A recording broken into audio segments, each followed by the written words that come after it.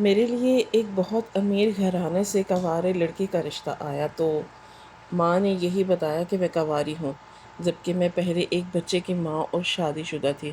شادی کے بعد میرے شوہر نے میری شکم پر آپریشن کا نشان دیکھا تو ہم ملتان کے ایک متوسط گھرانے سے تعلق رکھتے تھے۔ والد صاحب کو کراچی میں ملازمت ملی تو ہم کراچی آ گئے۔ زندگی سکون سے گزر رہی تھی، پھر ابو کے ایک دوست نے انہیں کاروبار کرنے کا مشورہ دیا۔ ابو نے ملتان میں اپنی زمینیں فروخت کیں اور پھر ملازمت چھوڑ کر کاروبار شروع کر دیا۔ رفتہ رفتہ کاروبار دن دوگنی رات چوگنی ترقی کرتا گیا۔ دیکھتے ہی دیکھتے ہم لوگ دولت میں کھیلنے لگے۔ وقت سدا ایک سا نہیں رہتا، رفتہ رفتہ کراچی کے حالات خراب ہونا شروع ہو گئے۔ روز کے ہنگاموں کی وجہ سے اکثر و بیشتر کاروباری لوگ پریشان ہو کر یہاں سے نکلنا شروع ہو گئے تھے۔ ہم لوگ بھی حوصلہ شکن معاشی حالات کی بنا پر یہاں سے کہیں دوسرے ٹھکانے کا سوچنے لگے۔ والد صاحب نے پہلے ملتان واپس جانے کا سوچا، پھر اپنے ایک دوست سے مشورہ لیا اور یوں ہم لوگ کراچی سے کینیڈا چلے گئے۔ والد صاحب نے اپنا سارا سرمایہ بھی بیرون ملک ٹرانسفر کروا لیا۔ کینیڈا آ کر والد صاحب کو ایک بہت اچھی ملازمت مل گئی، کیونکہ وہ ایک ماہر مکینیکل تھے، اور اب میرا بڑا بھائی بھی یہاں آ کر کمانے لگا تھا اور ہمارے حالات پھر گئے۔ چھوٹا بھائی اب یہ تعلیم حاصل کر رہا تھا، میں بھی یہاں آ کر اپنی تعلیم مکمل کرنے میں لگ گئی۔ یونیورسٹی میں پڑھائی کے دوران میری ملاقات راجہ نامی ایک پاکستانی لڑکے سے ہوئی۔ باتوں باتوں میں پتہ چلا کہ وہ پنجاب کا رہنے والا ہے اور ہمارے آبائی شہر سے کچھ کلومیٹر دور ہی ان کا شہر ہے۔ خیر کچھ دنوں بعد ہی میری اس کے ساتھ گاڑی چھننے لگی اور آہستہ آہستہ یہ دوستی پسندیدگی میں بدل گئی۔ راجہ کی والدہ اور بہنیں ہمارے گھر آنے لگیں۔ دیار غیر میں اپنے وطن کے لوگ مل جائیں تو یہ نعمت کم نہیں ہوتی، اور وہ اکثر ہمارے گھر آنے لگیں، اور یوں ہم میرے گھر والوں سے گھل مل گئیں اور میں راجہ سے مانوس ہو گئی۔ ہم ایک دوسرے کے بہت قریب آ گئے تھے۔ میں اور راجہ ساتھ گھومنے جاتے، کھانا کھاتے، اور یہاں یوں زندگی بہت خوبصورتی سے گزر رہی تھی۔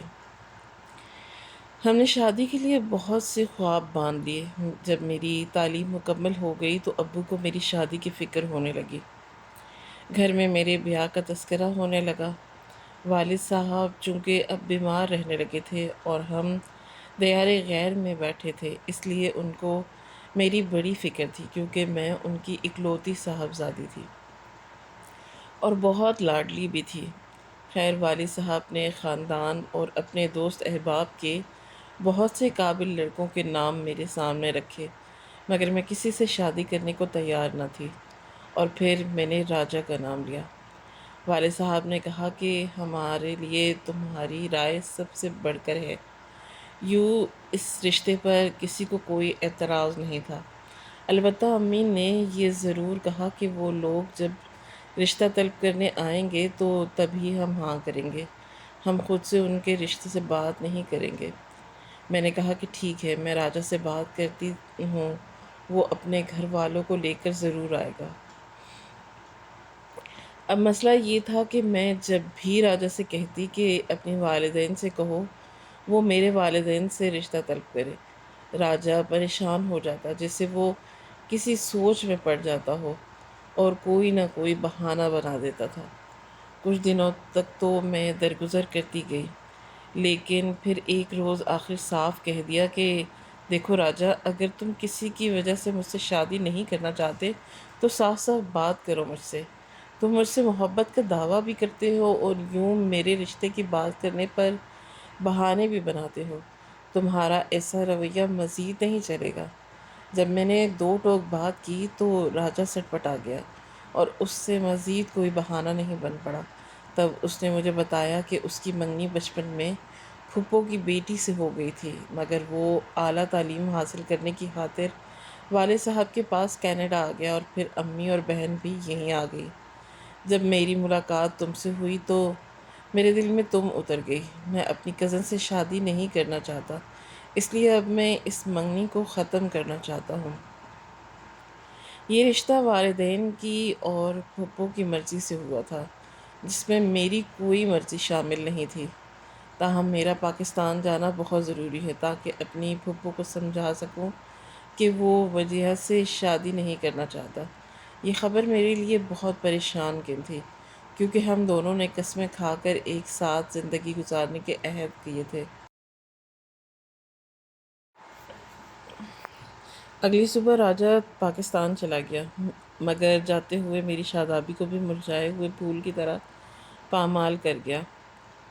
وہاں جا کر مجھے فون نہ کیا۔ اچانک میری طبیعت خراب ہوئی تو میں کچھ پریشان ہو گئی، اور پھر مجھ پر یہ انکشاف ہوا کہ میں امید سے ہوں۔ راجہ بھی چند دن پہلے ہی پاکستان گیا تھا، اب تو بس ہر وقت اس کا انتظار تھا۔ میرا شمار زندوں میں نہ تھا اور نہ مردوں میں۔ دل ہر وقت روتا رہتا تھا، مگر زبان پر صبر کے تالے لگ گئے تھے۔ لب کھولتی تو اپنی ہی رسوائی تھی۔ خدا خدا کر کے راجہ کا فون آ گیا اور بخیریت پاکستان پہنچ چکا تھا۔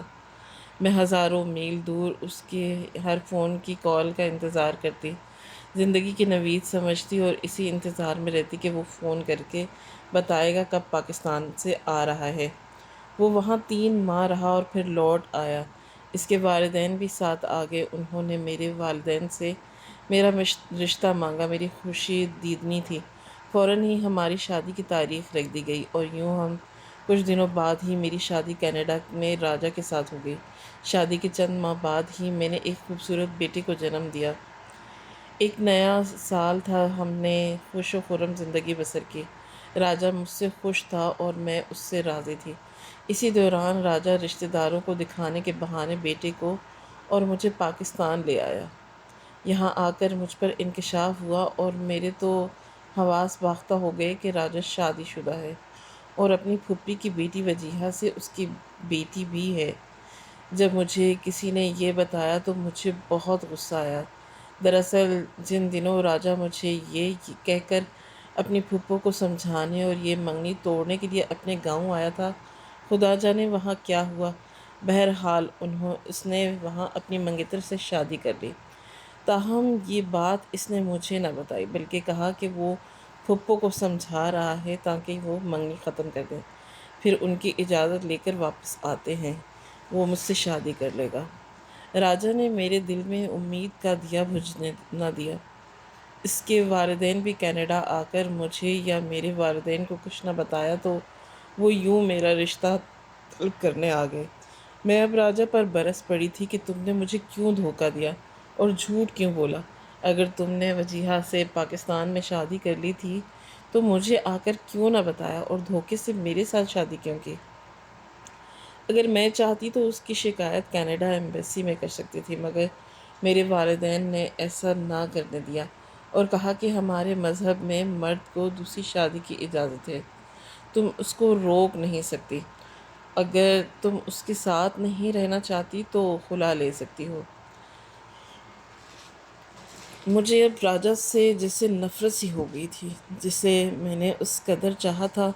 میں اسے دھوکے باز مرد کے ساتھ اب مزید نہیں رہنا چاہتی تھی، مگر حقیقت میں مجھ کو نہ جانے کیوں راجہ سے محبت بھی تھی، اور میں اس کو تکلیف میں نہیں دیکھ سکتی تھی۔ بس میں نے اس کی شکایت کی اور ناز سے خلا لیا، بس خاموشی اختیار کر لی اور اپنے بیٹے کے لیے لے کر والدین کے پاس آ گئی۔ راجہ نے پہلے مجھے منانے کی بہت کوشش کی، مگر میں سوتن کے ساتھ رہنے کو تیار نہ تھی۔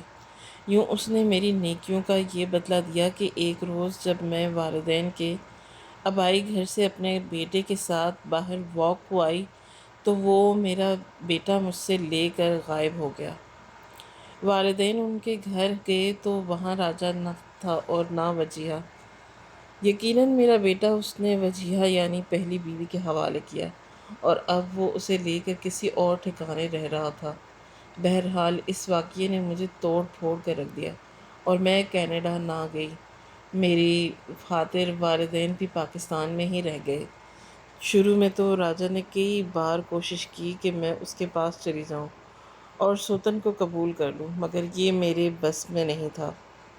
سوتن مجھے کسی حال میں بھی قبول نہ تھی، لہٰذا میں نے راجہ سے علیحدگی اختیار کر لی اور دوبارہ کینیڈا آ گئی۔ 5 سال یہاں رہی اور مجھے سکون نہ ملا، بیٹے کی یاد بے چین کر دیتی تھی۔ تاہم میں نے پتہ کرایا تو پتہ چلا کہ میرا بیٹا وجیہہ کے پاس خوش و خرم ہے اور وہ اپنی اصلی ماں کو بھول چکا ہے۔ چونکہ موہد اس وقت بہت چھوٹا تھا جب راجہ اس کو مجھ سے لے کر چلا گیا تھا۔ میرے بیٹے نے ہوش سنبھالا تو وجیہہ ہی کو ماں کے روپ میں دیکھا۔ اس نے بھی میرے بچے کو ماں کی طرح کا پیار دیا کہ وہ اب اس عورت سے دور ہونے پر بیمار پڑ جاتا تھا۔ ہمارے جاننے والوں نے بتایا کہ وہ بیٹا اس عورت سے اس قدر مانوس ہے کہ اگر وہ تمہارے پاس آ بھی گیا تو خوش نہیں رہے گا، اور وہ وجیہہ کے بغیر ایک لمحہ کو بھی کسی دوسرے کے پاس نہیں جاتا۔ ہر ماں چاہتی ہے کہ اس کی اولاد خوش و خرم اور سکھی رہے۔ میں نے اپنے لخت جگر کو وہاں ہی رہنے دیا جہاں وہ خوش تھا۔ میں اسے بے سکون اور ڈسٹرب نہ کرنا چاہتی تھی اور نہ ہی راجہ سے کوئی رابطہ رکھنا چاہتی تھی۔ 10 سال تک ہم نے نہ ملے تو اس دوران مجھے نہیں معلوم کہ راجہ اور وجیہہ کہاں رہے۔ کسی سے سنا تھا کہ وہ لوگ کینیڈا چلے گئے، کیونکہ اس نے میرے ساتھ رابطے کی ہر راہ بند رکھی تھی۔ مجبوراً میں دوبارہ پاکستان آ گئی۔ اب میرے والدین بوڑھے ہو چکے تھے، سب بھائیوں کی شادیاں ہو چکی تھیں اور وہ اپنے گھر میں خوش و خرم زندگی بسر کر رہے تھے۔ والدین چاہتے تھے کہ میں بھی کہیں شادی کر لوں اور اپنے گھر میں آباد ہو جاؤں تاکہ وہ سکون سے مر سکے۔ وہ بار بار مجھے کہتے تھے کہ اب تم شادی کر کے گھر بسا لو۔ پہلے تو میں انکار کرتی تھی، مگر میں انکار کیے جاتی تھی۔ جب والدین میری وجہ سے بہت پریشان رہنے لگے، ان کا بہت زیادہ اصرار بڑھا، تو آخر میں نے ایک روز کہہ دیا، میری عمر 35 سال ہے، مجھ سے کون شادی کرے گا؟ والدہ نے کہا کہ آج کل اکثر لڑکیاں 30 سال میں شادی کرتی ہیں، تم کوئی بوڑھی تو نہیں ہو جو تم کو کوئی اچھا رشتہ نہ ملے۔ میں نے کہا کہ پھر ڈھونڈ لیں کوئی رشتہ، مل جائے تو کر لوں گی شادی، اور میں اٹھ کر اپنے کمرے میں چلی گئی۔ اپنا بیٹا مجھے بہت یاد آ رہا تھا۔ امی کو میرا بس یہ کہنا غضب ہو گیا اور وہ ہر آئے گئے سے میرے رشتے کے لیے کہنے لگیں۔ 2-4 رشتے ملنے والیوں کے توسط سے آنے بھی لگے، مگر وہ پہلی بیوی کو طلاق دے چکے تھے۔ پھر بیوی فوت ہونے کی صورت میں انہوں نے اپنے بچوں کی پرورش کے لیے شادی کرنی تھی۔ میں نے جان بوجھ کر ٹلنے کو امی سے کہہ دیا کہ مجھ کو یہ دونوں صورتیں منظور نہیں۔ سچ بات تو یہ تھی کہ مجھے اب شادی سے ہی خوف آتا تھا۔ میری یہ نہ سمجھ میں آنے والی شرط سن کر جل بھن کر امی کہنے لگیں کہ پھر تو ایک بچے کی ماں ہے اور اب تم کنوارا لڑکا کہاں سے بہانے کے لیے آئے گا؟ ایسے ہی رشتے ملیں گے۔ شادی کا اب کوئی شوق بھی نہیں تھا۔ ماں کو ٹالنے کے لیے ایسی شرط لگائی تھی کہ شادی کروں گی تو کسی ایسے سے جو کنوارا ہو اور آفیسر ہو، خوبصورت بھی ہو۔ اور تب امی تلملا کر بولتی، یوں کہو نا کہ تیری شادی کرنے کی مرضی ہی نہیں ہے۔ خدا جانے تو سب کچھ ہو سکتا ہے۔ ایک دن میری بھابھی نے اخبار میں ضرورت رشتہ کا اشتہار پڑھا کہ ایک افسر کے لڑکے کے لیے کسی خوبصورت پڑھی لکھی اور لڑکی کا رشتہ چاہیے تھا۔ ذات پات جہیز وغیرہ کی کوئی ضرورت نہیں، بس شرافت ہونا ضروری تھی۔ بھابھی نے عذرا مذاق فون کر دیا کہ کیا بنتا ہے۔ ادھر سے لڑکے کی ماں نے فون اٹھایا۔ بھابھی کا انداز گفتگو اس خاتون کو پسند آیا اور وہ پتہ پوچھ کر ہمارے گھر آ گئیں۔ گھر میں امی اور بھابھی نہیں تھے، دونوں بازار گئی ہوئی تھیں۔ میں نے اس خاتون کو بھابھی کے مہمان سمجھ کر عزت سے بٹھایا اور خاطر تواضع حسب و رواج دی۔ تھوڑی دیر کے بیٹھ کر وہ چلی گئیں اور گھر جا کر فون کیا، بھابھی سے بات کی اور کہا کہ ہم لڑکی پسند آ گئی ہے، لڑکی بہت خوبصورت اور سلجھی ہوئی ہے، کل آپ ہمارے گھر آ جائیں اور ہمارے بیٹے کو دیکھ لیں۔ امی اور بھابھی ان کے گھر گئے۔ لڑکا سمارٹ، خوبصورت، مہذب اور کلاس 1 آفیسر تھا۔ یہ بہت سادہ سے دیہاتی لوگ تھے۔ لڑکا پڑھ لکھ کر اچھے عہدے پر پہنچ گیا تھا اور امی کو یہ لوگ بے حد اچھے لگے۔ کہ وہ بہت سچے لگتے تھے۔ ہر بات کھل کر امی سے کی، مگر مکرو اور فریب ان میں بالکل بھی نہ تھا۔ امی اور بھابھی لڑکے کے فوٹو بھی لے کر آئیں۔ مجھے جب فوٹو دکھائی گئی تو میں خوب ہنسی کہ امی جان آپ کس دنیا میں رہتی ہیں، میں شادی شدہ اور ایک بچے کی ماں ہوں۔ جب ان کو یہ بتائیں گی تو وہ کیوں کر ہم سے رشتہ کریں گے؟ امی شاید ان سے اس قدر متاثر ہوئیں کہ بولی کہ ہم ان کو یہ بتائیں گے ہی نہیں، یہی کہیں گے کہ ہماری لڑکی بھی شادی نہیں ہوئی، کون سا شادی شدہ لگتی ہو، دیکھنے والا تو ابھی بھی تمہیں غیر شادی شدہ ہی خیال کرتا ہے۔ میں نے امی کی بات سن کر سر پکڑ لیا۔ امی کیا ہو گیا ہے آپ کو؟ کیا ایسی باتیں بھی چھپی رہتی ہیں؟ کیوں نہیں؟ تمہاری شادی تو کینیڈا میں ہوئی تھی، تب تمہاری عمر بھی کیا تھی؟ 1 سال بعد ہی تو طلاق ہو گئی تھی۔ ہمارے اس محلے میں تو بہت لوگوں کو یہ پتہ ہی نہیں ہے، یہاں کسی کو بھی خبر نہیں، بس تم ویسے ہی کرو جیسے میں کہتی ہوں، اور ہاں، ہر ایک بات میری اب تم خدا کے لیے سمجھ جاؤ، بیٹے کو بھول جاؤ۔ یہ سن کر میں ایک دم خاموش ہو گئی، مگر امی کے چہرے پر فکر اور پریشانی کے آثار صاف ظاہر تھے۔ وہ بھی اب تم سے ملنے نہیں آئے گا۔ اگلے دن شاہد صاحب آ گئے، ان کو ڈرائنگ روم میں بٹھایا گیا اور ان کے والدین بھی ہمراہ آئے تھے۔ ابو امی ان سے کافی دیر باتیں کرتے رہے۔ بھابھی مجھے دیکھنے لینے اور آئیں۔ میں بھجے ہوئے دل کے ساتھ وہاں گئی۔ جب میں نے لڑکا دیکھا تو واقعی وہ دل کو بھایا، بہت اچھا اور سلجھا ہوا تھا۔ دل نے کہا کہ اگر تم شادی نہ ہو چکی ہوتی تو ضرور اس سے شادی ہوتی۔ غرض ایسا راجا کے بعد میں نے پہلی بار کسی کے لیے محسوس کیا تھا، یا پھر میرے ماں باپ کی اللہ نے سن لی تھی، لیکن میں تو بیوہ تھی اور نہ طلاق یافتہ، بلکہ میرے ساتھ تو شادی شدہ کا لیبل لگا ہوا تھا۔ امی ابو نے مولویوں سے پوچھا کہ اگر شوہر 10 سال سے غائب ہو اور اس عرصے میں اپنی صورت نہ دکھائے تو وہ کیا کرے؟ کبھی بیوی کو خرچہ بھی نہ دیا ہو تو کیا ہم اپنی لڑکی کی دوسری شادی کر سکتے ہیں، جبکہ شوہر کا کوئی اتا پتہ بھی نہ ہو کہ یہ کہاں گیا ہے؟ مولوی صاحب نے کہا کہ بے شک ایسی صورت میں آپ بچی کا نکاح کر سکتے ہیں، کیونکہ 10 برس ایک طویل مدت ہے۔ یوں تو ہو سکتا ہے کہ یہ بیٹی ساری زندگی انتظار کی آگ میں جلتی رہے اور وہ آئے بھی نہیں، اور کیا پتہ زندہ بھی ہے کہ نہیں، جو کبھی رابطہ نہ کیا۔ والد صاحب نے کہا کہ نہیں مولوی صاحب، ہوگا تو ضرور، وہ بغیر زندہ ہی ہے، بس وہ بیٹا لے کر چھپ کر یہاں بیٹھا ہے یا پھر بیرون ملک چلا گیا ہے۔ اب مسئلہ یہ تھا کہ جب شادی کا بتائیں گے تو کیا لڑکی والے قبول کر لیں گے یا نہیں، جبکہ شاہد صاحب کا وارث ہے۔ بھابھی نے تجویز دی کہ شادی کا نہ بتائیں، بلکہ یہ کہیں کہ نکاح ہوا تھا اور رخصتی نہ ہوئی تھی۔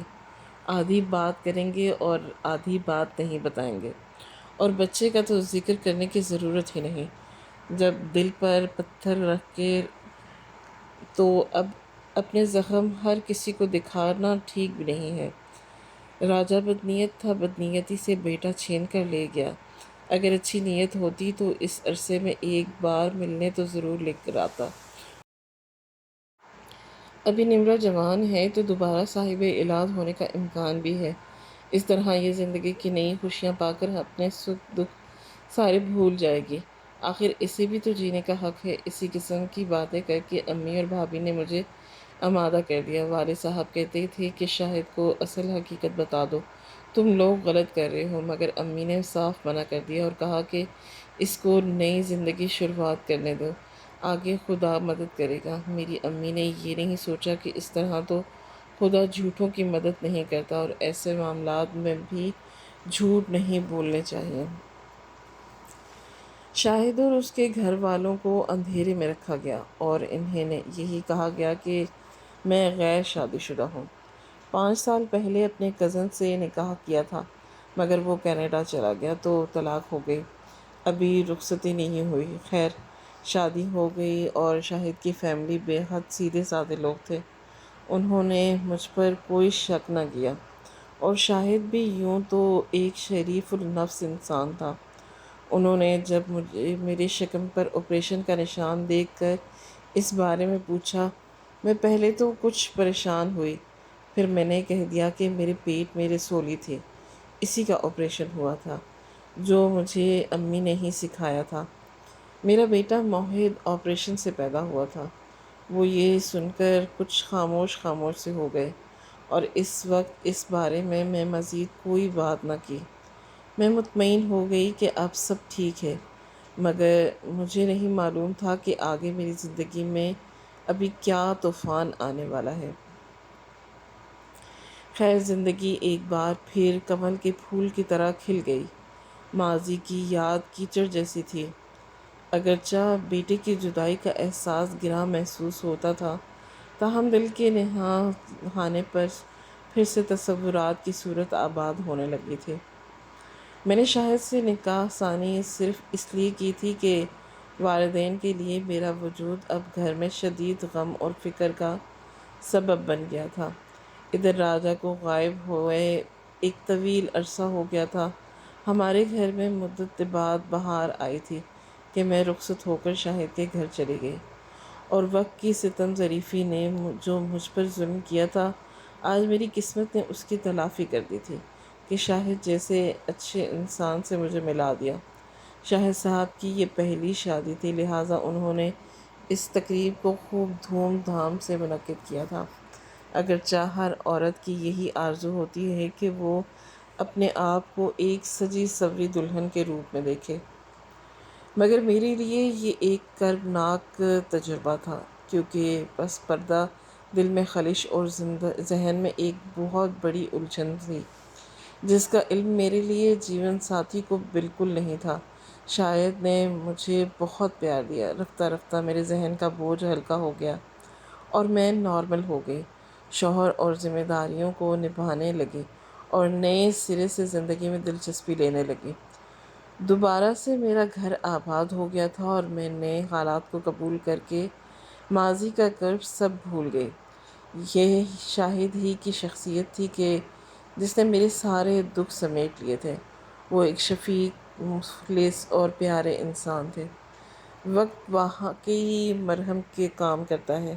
میرے روز و شب اچھے اور سہانے گزرنے لگے۔ سال کے بعد اللہ تعالیٰ نے مجھے ایک پیارے سے بیٹے سے نواز دیا۔ یہ ہم دونوں کی خوشیوں کا سرچشمہ بنا۔ زندگی اور بھی خوبصورت رہنے لگی۔ بیٹے کے بعد ایک پیاری کلی جیسی بیٹی پیدا ہوئی۔